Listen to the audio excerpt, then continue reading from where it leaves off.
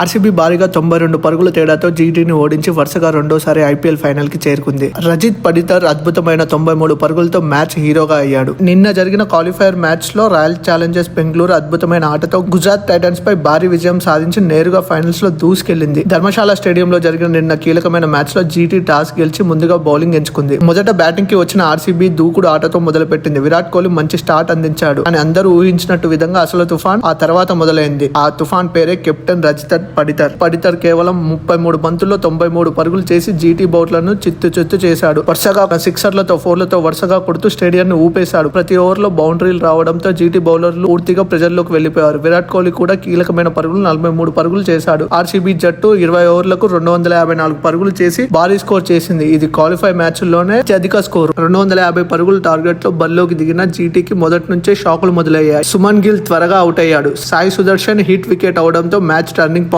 అయింది. Power play లో GT top order కుప్పకూలిపోయింది. RCB బౌలర్లు అసలు జీటీకి అవకాశమే ఇవ్వలేదు. డఫీ అద్భుతమైన బౌలింగ్ వేశాడు. భువనేశ్వర్ కుమార్ కీలక వికెట్లు తీశాడు. కృణాల్ పాండ్యా కూడా మంచి ప్రెజర్ పెంచాడు. ఒక దశలో జీటీ స్కోర్ 65కి 6 వికెట్లు. రాహుల్ త్రెవాటియా మాత్రం జీటీ తరపున ఒంటరి పోరాటం చేశాడు. చివరిగా గుజరాత్ టైటన్స్ 162 పరుగులతో ఆల్అౌట్ అయింది. ఆర్సీబీ మాత్రం భారీగా 92 పరుగులతో తేడాతో విజయం సాధించింది. ఈ విజయంతో ఆర్సీబీ నేరుగా ఐపీఎల్ 2026 లో ఫైనల్లో అడుగుపెట్టింది. ఆర్సీబీ రెండోసారి కప్పు కొడుతుందా లేదా, ఎవరు కప్పు గెలుస్తారో కింద కామెంట్ చేయండి. మరిన్ని క్రికెట్ వీడియోల కోసం మన ఛానల్ ని సబ్స్క్రైబ్ చేయండి.